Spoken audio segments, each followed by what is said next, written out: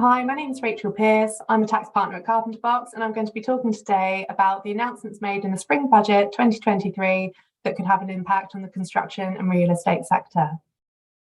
Speaking first about the construction sector, there are a few measures that are announced that will call on the construction sector quite heavily to help deliver them. The first and biggest of these is the creation of new investment zones. There are 12 of them that will be established throughout the UK, and each investment zone will have around £80 million of investment made into it. And that funding over a 5-year period will be made in a number of ways, including extra tax reliefs for those who will be constructing buildings and owning land and employing people in these zones. We also have the growing renewable energy generation, and that will again take quite a lot of work from the construction sector. And then very welcome to a lot of people will be local schemes to improve roads in the UK. There is, of course, a skills gap going on, which is affecting the construction sector quite heavily.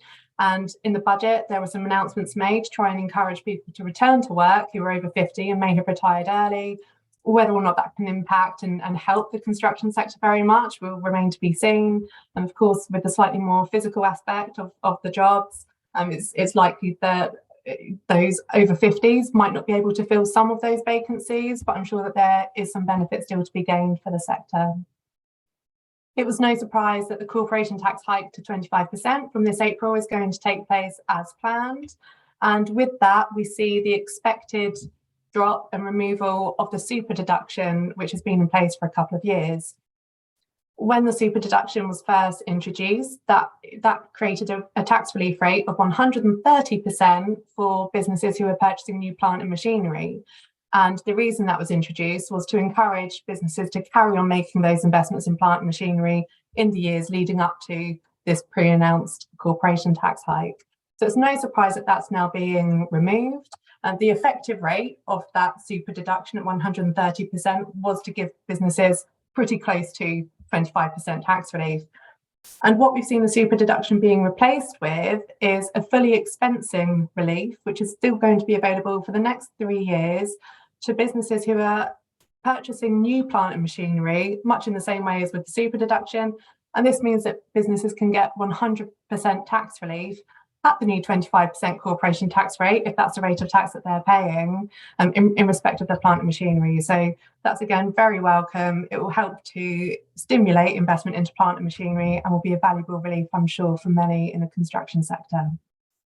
Fuel duty will also be frozen for the next 12 months, which again will be helpful to the construction sector.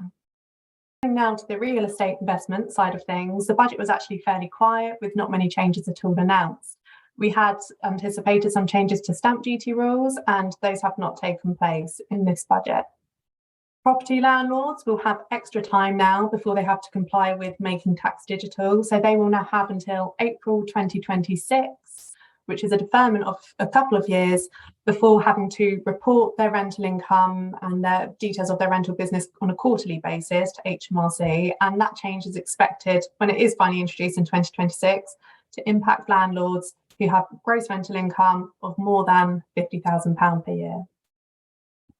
We also saw some improvements to the amounts that individuals can save into their pension schemes, with the annual allowance increasing and also the lifetime allowance being the overall amount that an individual can save tax efficiently in their pension scheme being removed altogether. So there is now no upper cap on the total limit that someone could put in their pension scheme.